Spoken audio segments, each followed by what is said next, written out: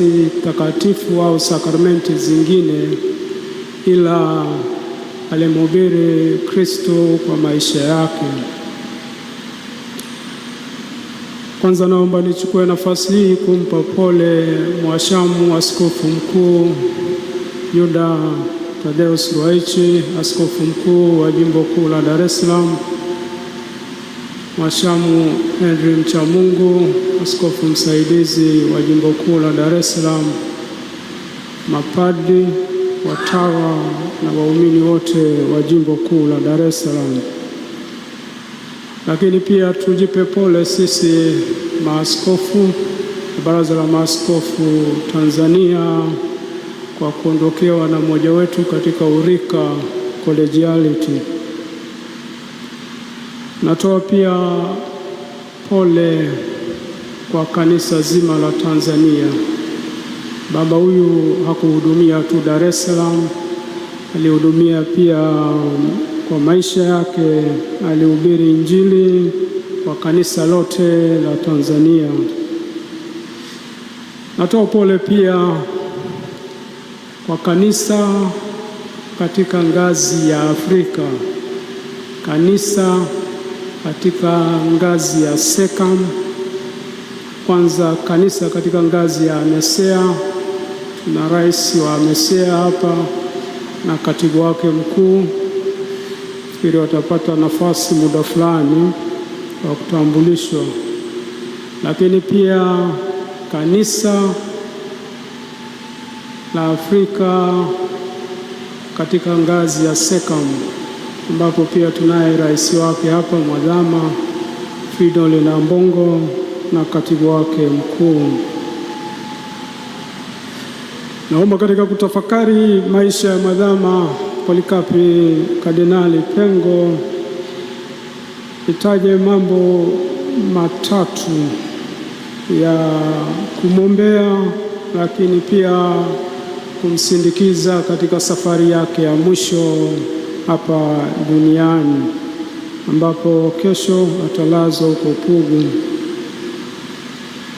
Jambo la kwanza, Mwadhama Pengo alikuwa zawadi ya pekee, ni zawadi ya Mungu, zawadi ya pekee ya Mungu wa kanisa la Tanzania na hata Afrika.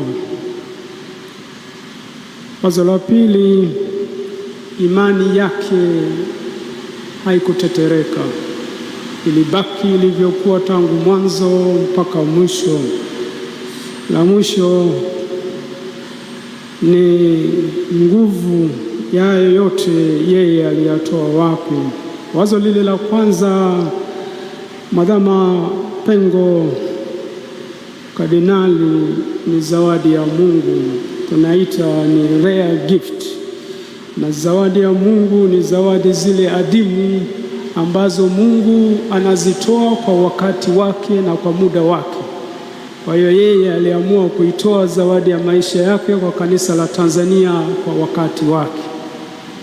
Zawadi kama hizo hazitolewi mara kwa mara na hazipo, it's very rare, it's a rare gift, zawadi ya pekee.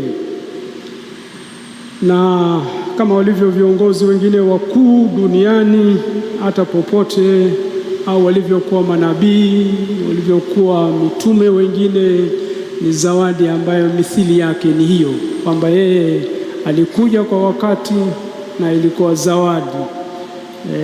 Na zawadi kama hizi mara nyingi hazirudiwi.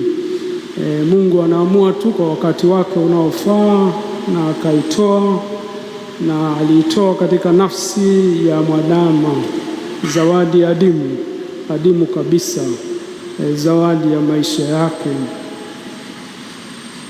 Kama tulivyosikia historia ya maisha yake, sina wasifu wake, sina nia ya kurudia kwa sababu tumeshasikia, lakini kutaja mambo machache tu ili kusindikiza hilo wazo la kusema kwamba yeye ni zawadi ya pekee. Mwadhama, kama walivyosema kwamba ni baraza la maaskofu kama padri lilimgundua, kazi ambayo wanafanya mpaka leo kwamba padri huyu ana vipaji vya pekee. Kwa hiyo padri huyu anatakiwa kuendelezwa, na kwa sababu anatakiwa kuendelezwa ili asaidie kanisa si tu katika ile ngazi ya jimbo lake husika, lakini hata ngazi ya taifa. Kwa hiyo tangu mwanzo baraza la elimu sport likaona huyu kule jimboni hatatosha, inabidi apewe majukumu mazito yatakayomfaa. Kuna mapadi wapo hata hapa ambao wana picha kama hiyo, lakini sio siku yenu leo, wenye mtulie kwanza. Sasa kama zawadi ya pekee unaweza kuona katika maisha yake ilivyoenda haraka haraka. Miaka 27 tu anapewa upadisho, tayari ni padi pale Sumbawanga, na baadaye muda mfupi baada ya kumaliza masomo yake kule Roma, maana yake askofu hata kumchelewesha, alimpeleka masomoni. Mwaka 77 anarudi, anaanza kufundisha Kipalapala seminari kuu. Anakaa mwaka moja tu anakaa. Wengine wanaendaga pale in service mpaka miaka 5, bado wanafanyiwa in service mpaka akae sawa in service, alafu ndio uende shule. Mwaka moja anakaa, baadaye anapelekwa Segerea kuanzisha seminari kuu Segerea, moja kwa moja rector. Mwaka moja, hakuhitaji mentorship, uwezo wake ulitosha kabisa, alitosha. Anafanya ile kazi kwa miaka 5 na 83, akiwa na miaka 39 tu anateuliwa kuwa askofu wa Nachingwea. Wengine hawajui Nachingwea iko Lindi, naweza kuja kuiona. Anateuliwa askofu pale. Cha ajabu, anateuliwa kuwa askofu, anafika jimboni tayari ana mawazo wa kuihamisha jimbo kutoka Nachingwea kuipeleka Tunduru Masasi. Ni akili ya wachache tu wangeweza kufanya hiyo na uthubutu. Kwanza Tunduru huko wanakoenda Wakristo ni wachache, Nachingwea huko wanakoacha Wakristo ni wengi zaidi. Lakini yeye akasema, mimi nataka kubomoa lile ngome, na ili nibomoe ile ngome lazima nijenge kanisa la kathedrali pale katikati Tunduru, na baadaye jimbo linaitwa Tunduru Masasi. Kiti chake kipo leo mpaka pale Nachingwea, ambacho alikikalia mara moja, mimi naikalia pia kwa sababu iko kwenye himaya yangu. Kwa hilo sihitaji ruhusa ya mtu yoyote. Sasa 84, miaka 3 tena. Unaona kwamba he didn't need any mentorship. Miaka 3 tena kukaa pale Tunduru Masasi, amepewa jukumu kubwa la kuanzisha jimbo na miaka 3 baadaye tayari ameshatosha kuja jimbo kuu la Dar es Salaam. Porini kule Tunduru Masasi, naomba askofu wa Masasi, Tunduru Masasi anisamehe, jirani yangu, lakini tutaelewana. Sasa katika miaka 3 anakaa. Kwa hiyo 80, mwaka 90 anakuja Dar es Salaam kama askofu mwandamizi.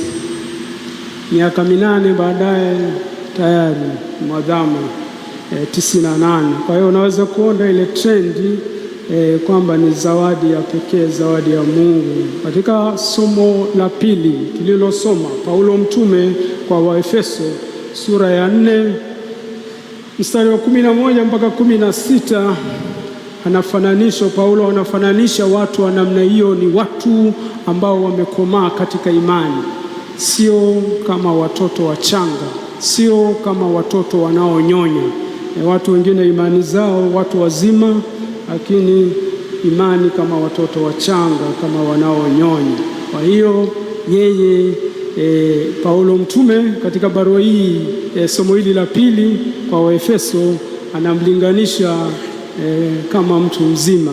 Imani yake imekumba, hapeperushi kutoka upande mmoja kwenda upande mwingine, na Paulo mtume anatoa hiyo onyo, na yeye anaendelea katika hiyo imani yake, na hiyo anaileta Dar es Salaam kama kufanya reform kama walivyofanya mwalimu wa maadili, anakuja hiyo nayo kufanya hiyo reform katika jimbo kuu la Dar es Salaam katika maadili.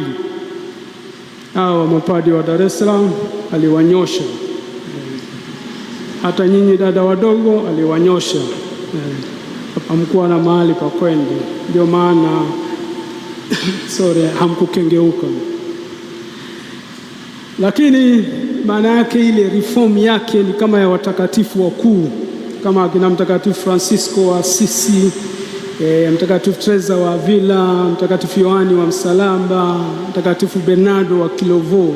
Ile reform yake, na reform kubwa anaifanya kwa mfano wa maisha yake, sio zaidi. Na anaendelea kwa kusema kwamba yeye Paulo mtume katika barua yake ile, katika somo lake ile la pili, Efeso sura ya 4 mstari wa 11 mpaka 16, anasema yeye alikuwa mtu mwenye ukweli, ambaye tulisikia pia katika somo hilo, na anatoa wajibu kwa watu mbalimbali. Kwa hiyo kwa kweli yeye kama mwalimu, yeye kama mchungaji, yeye kama mfuasi wa mitume, kama ile barua inavyoeleza, hakufundisha tu Dar es Salaam. Kwa kweli amefundisha kanisa la Tanzania. Mambo mengi Tanzania kanisa limejifunza. Waheshimiwa washama askofu labda wanaweza wasikubaliana na mimi katika hili, ila I am convinced kwamba mengi tumejifunza kutoka kwake. Kwa mfano participation, ile kugawa utume, uwaka wa WATA, utoto mtakatifu, wale wote walipewa majukumu, aliwapa majukumu na majukumu ambayo walifanya katika kanisa. Tegemeza jimbo tumesikia 94 ambayo ipo karibu majimbo yote sasa Tanzania, tumejifunza kutoka Dar es Salaam. Kwa hiyo baba huyu alikuwa mwalimu wetu sisi sote. Na tunaenda wazo la pili, imani yake haikutikisika. Imani yake haikutikisika, imani yake ilibaki imara siku zote. Alikuwa mtu wa imani iliyokomaa. Lakini imani hiyo anazungumza ukweli mwadhama siku zote, anazungumza ukweli kwa upendo mkubwa. Mimi nimekutana naye mara nyingi, unapoona anazungumza katika upendo. Anapokosoa kitu anakosoa katika upendo, hakuna chuki. Kwa hiyo upendo na ukweli unaungana katika Mungu. Huwezi kutenganisha ukweli na upendo. Mtu anayependa lazima awe mkweli. Baba awe mama anayependa familia yake lazima ataishi ukweli. Kama uipendi, ndio utakuwa mdanganyifu. Hivyo kwa mtu yeyote ambaye atapewa majukumu. Kwa hiyo ndivyo alivyokuwa baba mwadhamu. Ukweli na upendo katika maisha yake haikuweza kutenganishwa, ilikuwa kitu kimoja na vikaungana vyote katika Mungu, katika Kristo. Vikaungana vyote katika Mungu, katika Kristo. Kwa hiyo imani yake haikutetereka, ilizidi kukua siku zote. Na katika hilo la upendo na ukweli, Paulo mtume anatukumbusha kwamba tusiwe tena watoto wachanga ambao tunatupwa huko na huko, kuchukuliwa na kila upepo wa elimu, kwa hila ya watu, kwa ujanja, tukizifuata njia za udanganyifu. Na hiyo hiyo ya upendo, Paulo mtume katika barua yake ya kwanza kwa Wakorintho sura ya 13 mstari wa kwanza anasema, nijaposema kwa lugha za wanadamu na za malaika, kama sina upendo nimekuwa shaba iliayo na upatu uvumao. Mtakatifu Sipriani, askofu wa Karthaje, Tunisia huko katika karne ya 3, alifanya utume wake wa askofu kwa miaka 10 tu, miaka 248 mpaka 258. Anamwandikia askofu mwingine ambaye ameuawa kwa upanga, Askofu Cornelius Papa, naye ambaye aliuawa mwaka 253, miaka 5 kabla ya Sipriani hajauawa. Na baadaye sikukuu za hao wawili zinaunganishwa, Cornelio na Sipriani, Septemba 14. Kwa hiyo labda hiyo niache kwanza, lakini inaunganishwa siku yake. Anaandika Sipriani, anamwandikia Cornelius baada ya kusikia Cornelius ameuawa, anamwandikia na anaandikia kanisa la Roma. Anaandika ifuatavyo, anasema, ndugu yangu Cornelio, nimesikia juu ya ushuhuda wako mtukufu. Wewe Cornelio umeishi ushuhuda mtukufu. Nimesikia juu ya ujasiri wako wa kuishi imani. Nimesikia heshima juu ya ushuhuda wako, na sisi watu wa Karthaje tunashiriki katika hiyo heshima yako, katika hiyo utukufu wako, katika hiyo sifa yako. Kwa hiyo sisi waumini tulioko hapa leo tunashiriki katika heshima ya baba yetu Polikapi, na tunajivuna kwa mazuri ambayo ameyafikia. Tunajiona fahari katika hilo. Raha ya milele umpe Bwana, apumzike kwa amani. Hizi nguvu huyu mzee kazitoa wapi? Hizi nguvu yeye kazitoa katika uhusiano wake na Mungu. Alikuwa mtu wa sala siku zote.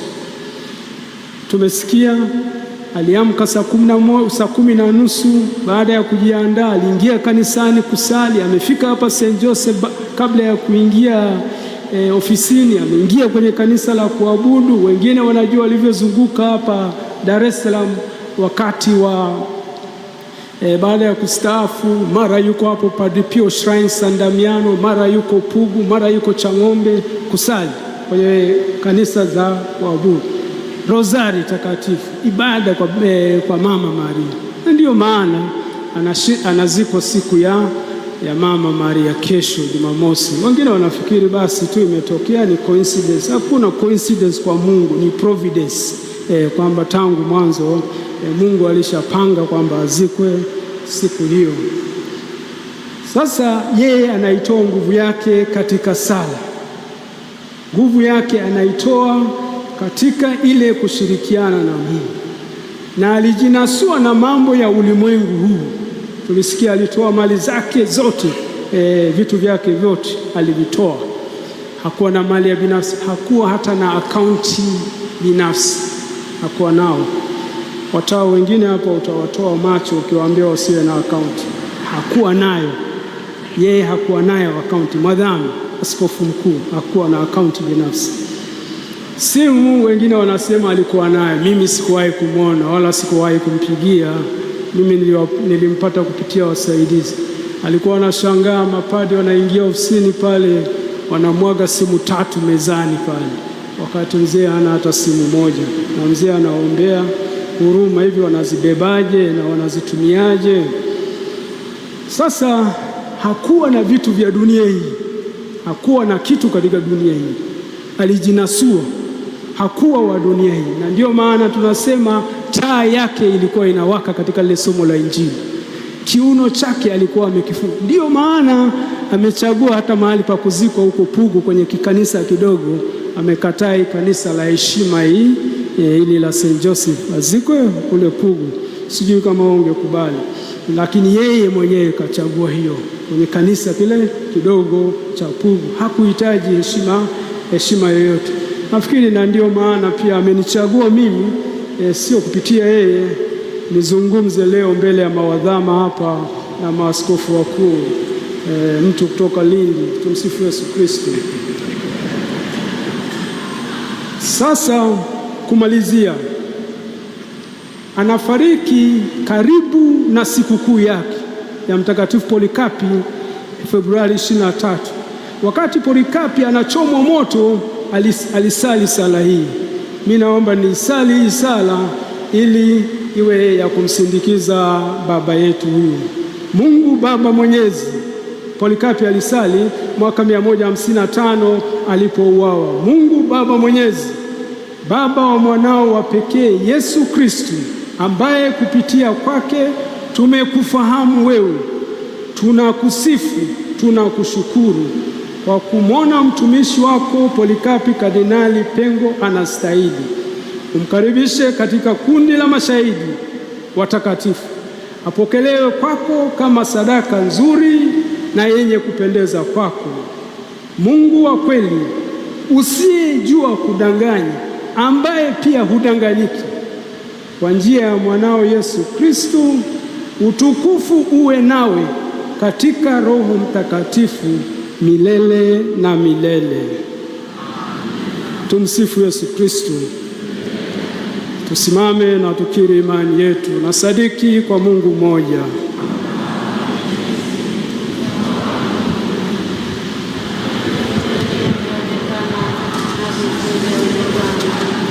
Na sadiki kwa Bwana mmoja, Yesu Kristo, mwana pekee wa Mungu, mwana kwa mwana, Mungu kweli kwa Mungu kweli, aliyezaliwa bila kuumbwa, mwenye Mungu mmoja na Baba, ambaye yote vilikuwa naye, ameshuka toka mbinguni kwa ajili ya wanadamu na kwa ajili ya wokovu wetu, akatwaa mwili kwa uwezo wa Roho Mtakatifu kwa ajili ya Bikira Maria, akawa mwanadamu, akasulubiwa kwa ajili yetu sisi, na kwa mamlaka ya Yesu daraja, akateswa, akafa, akazikwa, siku ya tatu akafufuka kwa ajili ya mwanadamu, akakaa mbinguni, ameketi kuume kwa Baba, atakuja tena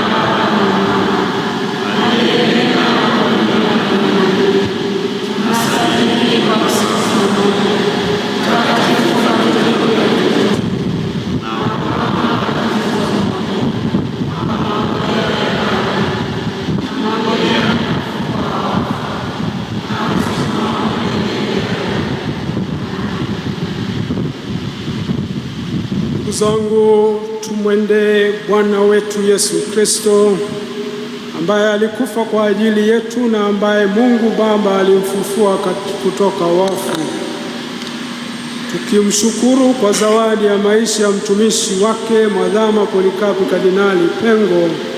Tumwinulie Baba yetu wa mbinguni maombi yetu kwa imani na matumaini, tukisema: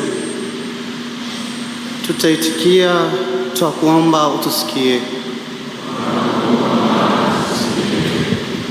Mungu Baba wa milele, tunakushukuru kwa viongozi wetu wa kanisa, Baba Mtakatifu Leo wa 14, maaskofu, mapadri na mashemasi.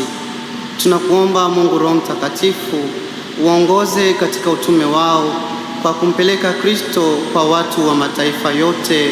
E Bwana, Tunaombea viongozi wa mataifa yote, hasa taifa letu la Tanzania. Udumishe haki, upendo, amani na mshikamano kwa raia wake, Bwana. Kwa namna ya pekee tunamwombea mpendwa wetu hayati Mwadhama Polycarp Kardinali Pengo, uliyependa kumuita kwako kutoka dunia hii. Mungu uliyejaa wema, huruma na neema, tunakuomba umsafishe na kila doa la dhambi na umpokee kwenye makao yako ya milele uliyomwandalia mbinguni, Bwana. Tunakushukuru Mungu kwa zawadi ya maisha na utume wa Baba Mwadhama Polycarp Kardinali Pengo. Umkumbuke kwa sadaka ya utumishi wake wa kupanda na kukuza mbegu ya imani, ari ya utume na umisionari ndani ya jimbo kuu la Dar es Salaam, taifa na ulimwenguni kote, Bwana. Kwa ajili yetu sisi sote tuliyekusanyika hapa kumwombea hayati Mwadhama Polycarp Kardinali Pengo, kwa azimisho hili la Ekaristi Takatifu, fungua macho yetu tukutambue. Tunapomega mkate, utujalie tudumu waaminifu siku zote za maisha yetu, Bwana. Uwapokee kwako marehemu maskofu, mapadri, mashemasi na watumishi wako wote, Bwana. Bwana Yesu Kristo, uliyefufuka kutoka wafu kwa utukufu, upo nasi kundi lako. Tunakushukuru. Uyapokee maombi yetu na kuyapeleka kwa Baba. Mjalie Mwadhama Polycarp Kardinali Pengo uzima wa milele mbinguni. Tunaomba hayo kwa njia ya Kristo Bwana wetu.